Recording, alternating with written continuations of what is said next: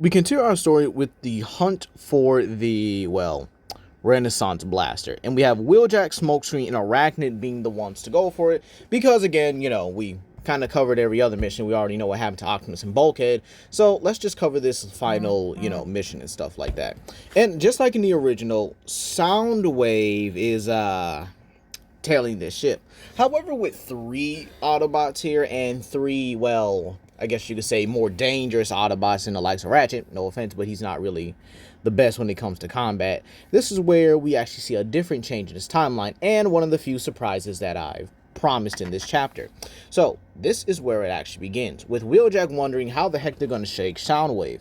And this is where Smokescreen states he's got it, and so he climbs onto the ship, gets out both of his blasters, and starts shooting at Soundwave. Keep in mind, much more experienced Smokescreen, like I said in the original part, because he's been around Shadow Striker and High Tide, who are also a part of the Autobot Special Forces. And this is where we see them, or so we see Smokescreen's experience kind of play out. He's making perfect shots, even baiting Soundwave to taking a few. However, it's taking too long. And Arachnid, seeing this, states, alright, fine, I guess I'll handle it.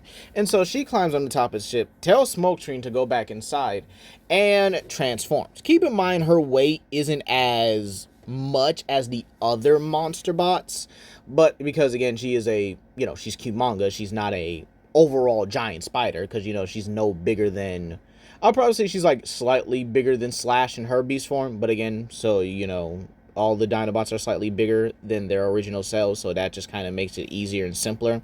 But again, she manages to web Soundwave a little bit, but he does deploy Laserbeak and takes down the ship. However, before Laserbeak can, go back to Soundwave, Arachnid webs him as well and brings him down along with the ship.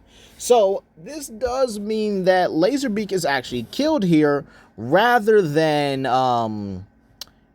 information extracted. But let's say Wheeljack actually leaves them to deal with Laserbeak, and he goes after Soundwave. So, Soundwave does, go for the Renaissance Blaster. And just like in the original, or probably earlier in the original, he does unearth it.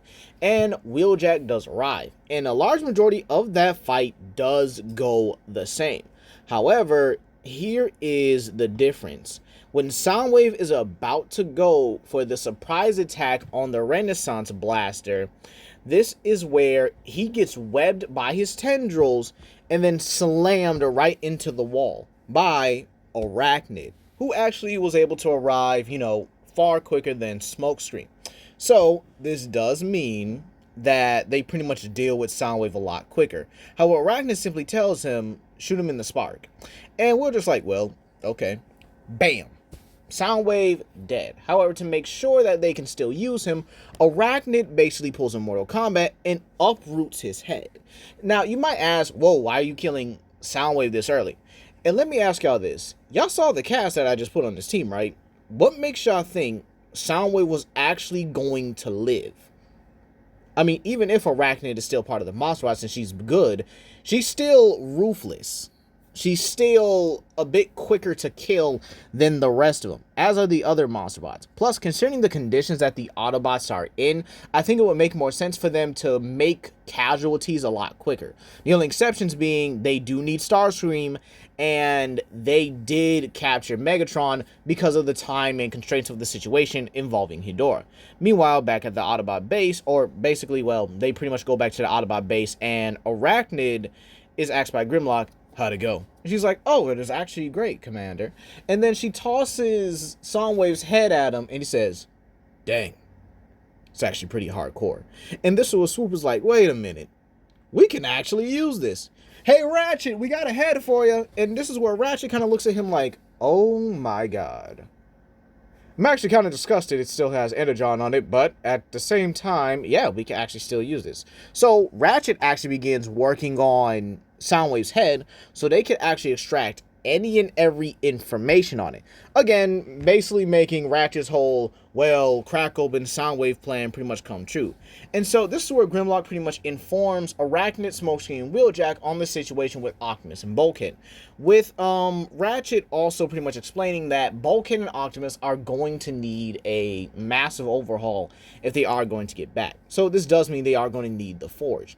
And, well, then we have Agent Fowler coming in asking who's in charge at the moment, to which Grimlock simply states that would be him, and pretty much asks Agent Fowler what's going on. I mean, he seems a little different, and Agent Fowler tells him to follow him. So they go outside and they meet Captain Burns, the head of the more militaristic forces of, you know, Transformers.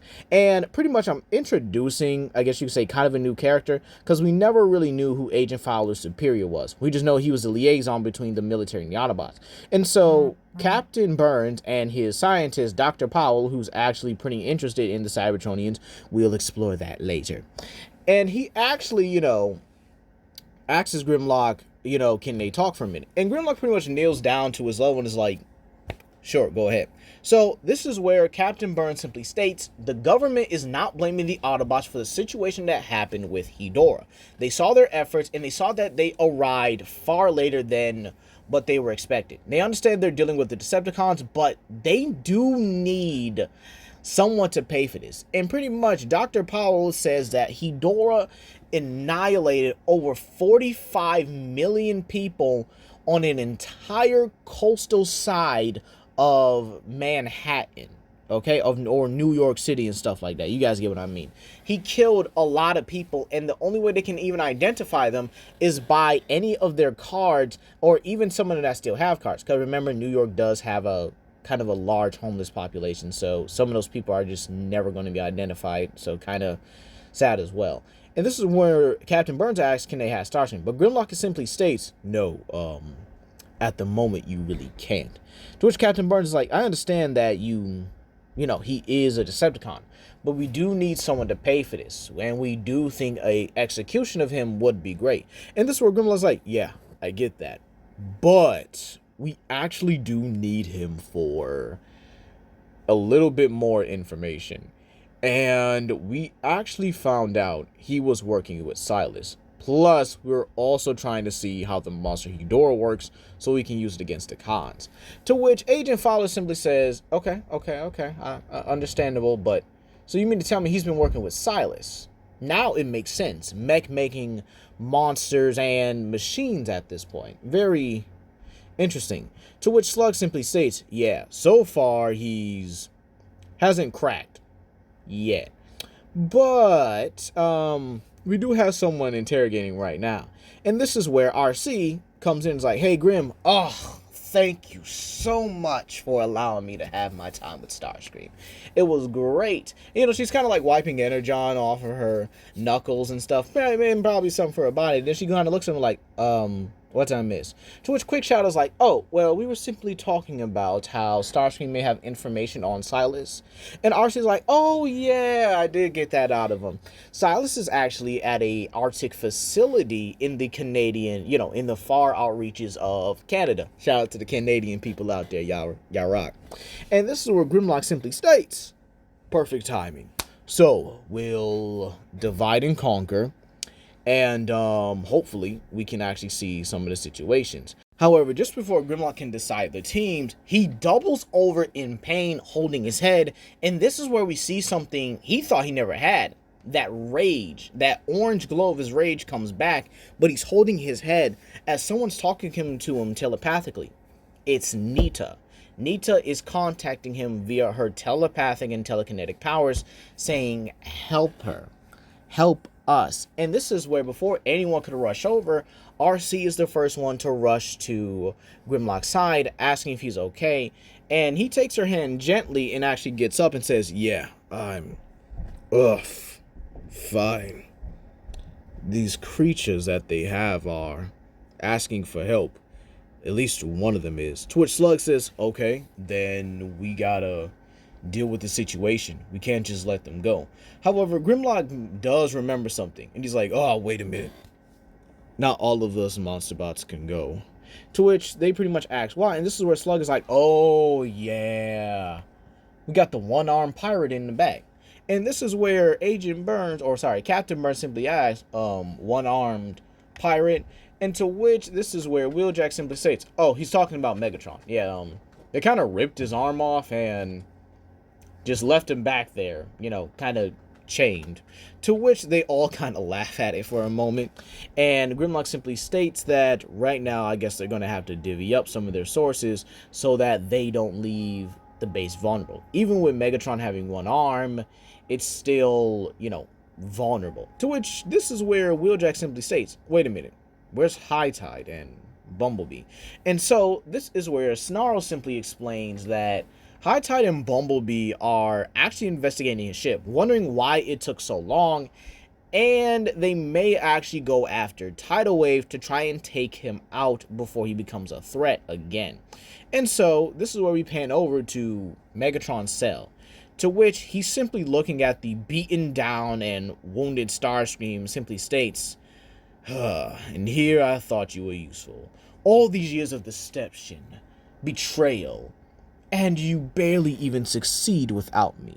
So where does that put us now, Starscream?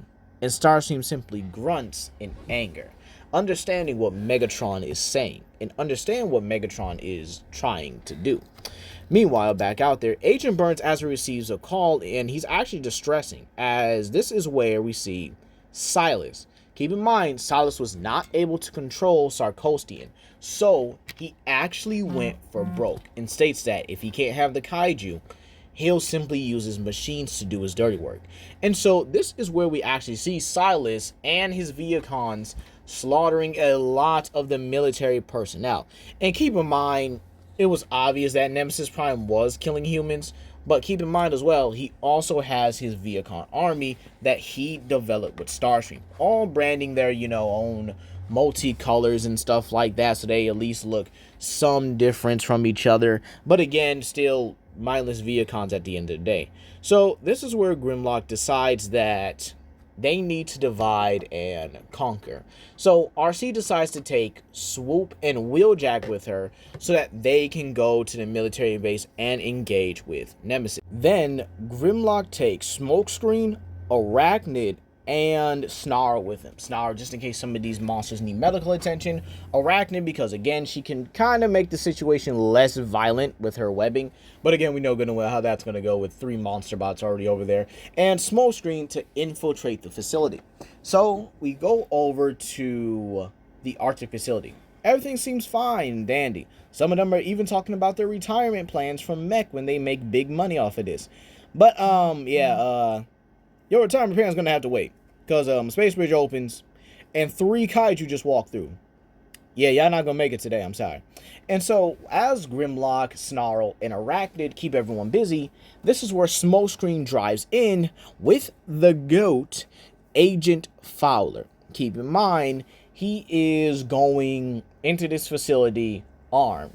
We see him, he got guns, he's got some grenades attached to him. He's fully, geared out and ready to go. And so Smokescreen simply tells him, all right, so he's going to drop him off here and towards the facility, and he's going to make his way towards the chambers.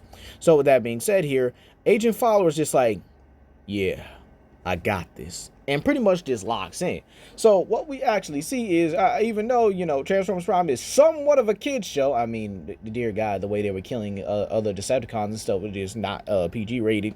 But anyway, Smokescreen makes his way to the chambers, and the first Kaiju he spots is Sarkostian. And well, Smokescreen's like, ooh, okay, I am gonna have to let you out, aren't I? So Smokescreen simply backs off, takes out both his blasters, and shoots all the cell doors open. And he does back off a little bit when Sarkostian does come to him, but Sarkostian sniffs the air and runs out, with the other Kaiju following suit as Nita telepathically thanks Smokescreen for her help. Meanwhile, back with Agent Fowler, he's being the absolute GOAT. And I mean, Agent Fowler's out here rolling, maneuvering. He's saying, dang, oof, I ain't done this in a while. I'm definitely out of shape. But he does throw a grenade and starts killing, some mech soldiers as well as he makes his way towards Silas. Meanwhile, back outside, the kaiju of Sarkostian, Nita, Tia Lung, Tornak, and Macrosaurus make their way out and they instantly meet the monster bots. However, Sarkostian, feeling challenged by Grimlock's presence, lunges at him, with Grimlock transforming and manhandling him immediately and simply laughs at this creature's, I guess you could say, overinflated aggression. Meanwhile, Agent Fowler has finally made his way to Silas, who is absolutely angry as he's dealing with the Autobots and, well, the monster bot swoop. So again, I will cover that in the next part. But again, he sees Nemesis Prime struggling and he can't even do anything about it. However, this is where he also spots an incoming enemy from the sky. However, before he can do anything, Agent Fowler shoots the control panel, disabling him from Nemesis. And Agent Fowler can only watch as Nemesis Prime gets absolutely cooked by RC and Wheeljack. And Agent Fowler's like, no, my army, my plans. And this is where by the time, Smokescreen arrives and he's like, all right, man, you're going to jail. There's no way you got anything to do in any way to get out of this. And even points his blaster at him. However, Agent Fowler simply laughs at this point. Laughs at this point. He says, I thought I would be humanity's ruler, and pretty much presses a nozzle on his belt. But I guess I can be its destroyer. How shameful. To which Silas looks at him and looks at the belt and states, what are you doing? To which Silas states that he has been working on this for quite a while. All the DNA of the kaiju he had. Even though they were imperfect, he took their best qualities and decided to combine it into a person. And this is where Smokescreen, kind of understanding the situation but not liking how this sounds, grabs Agent Fowler as Silas presses his belt, injecting this combined DNA into him, and simply drives off as fast as he can. Meanwhile, back outside, Grimlock does manage to overpower Sarkostian while holding back and presses his foot against his head, and Sarkostian lets out a guttural roar, kneeling or pretty much submitting himself to Grimlock's dominance. However, Smokescreen comes out and says, guys, we have an incredibly bad situation. To which Arachnid simply states, Smokescreen, you couldn't handle a human or something? What in the world do you think could have been as bad as a mere human a mere human piloting? And to which Smokescreen simply states, the problem should be coming in 5, 4, 3, 2, 1. And this is where the building explodes right on cue. And this is where Arachnid's like, okay, I'd like to apologize for my outburst. And this is where Grimlock simply looks in disbelief and is like, Snarl. Into which Snarl scans and is like, yeah, that's Silas, all right. Oh God. And this is where they all look in both horror and disbelief. Grimlock simply states, monster bots, get ready. And this is where all the smoke clears and we see Destroyer. And it does have some resemblance of Silas in there, but it still looks like Destroyer nevertheless. But we don't end off here. No. We're back at the Decepticon warship, where Dreadwing realizes that they have only the Apex armor because of Skyquake. No Toxin, no Renaissance Blaster. And this is where Dreadwing realizes that Soundwave's not here. Soundwave isn't back yet. And this is where he tells Knockout to check his life signature. However, Knockout simply shows that they found Soundwave's body from the location he went to. And well, they show that his spark has not only been blown out, but his head is missing as well. Meaning that the Autobots likely have, well, anything they know right now. And Skyquake simply states, this isn't good. Even with Megatron gone as well, they're in a huge heap of trouble at the moment. However, this is where they simply state about us. And we would see Hardshell, Megalon, Vex, Varen, and Swift, the Titanosaur, all simply looking as if they were, what are they, chopped liver? They have the power, they have the might now to match these monster bots. And Dreadwing is like, yes, they do. And so, when actually Knockout or Breakdown actually gives him the information about the military base being attacked by mech, and keep in mind, this does happen before the Autobots do get there, this is where he simply tells Hardshell to take his Insecticon troops and to see if he can capture more than one Autobot. And so, Hardshell rallies his Insecticons, and they follow him out of the space bridge. However, we're not done just yet. Shockwave walks over to Dreadwing, and keep in mind his laboratory is still kind of producing its own thing at the moment, but again, he can take a break from it, and simply asks Dreadwing, can they speak for a moment? Of course, Shockwave, what is it? And Dreadwing follows him, as Shockwave simply moves him to, or pretty much goes to one of the main control panels that he pretty much uses, and this is where Shockwave simply explains. As I came to this planet earlier, I was actually monitoring something very disturbing. Normally, our planet was the only sentient one with Primus and one with, obviously, Unicron in this planet. However, this seems to be very different, and shows a planet filled with magma. And this is where Shockwave simply states that these planets, these three, these magma and crystal planets, seem to be harboring some life, to which Dreadwing begins to put two and two together. So they're essentially eggs, to which Shockwave simply states, yes, they are. However, he does not know the source of this. And this is where we would pan over to an energy stream that follows into a quasar-like world, filling them with energy and getting ready to hatch itself.